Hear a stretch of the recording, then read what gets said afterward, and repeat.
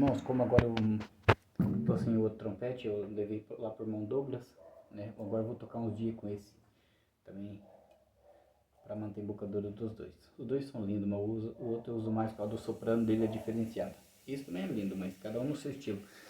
Vamos tocar o hino 193, playback é do irmão Fábio.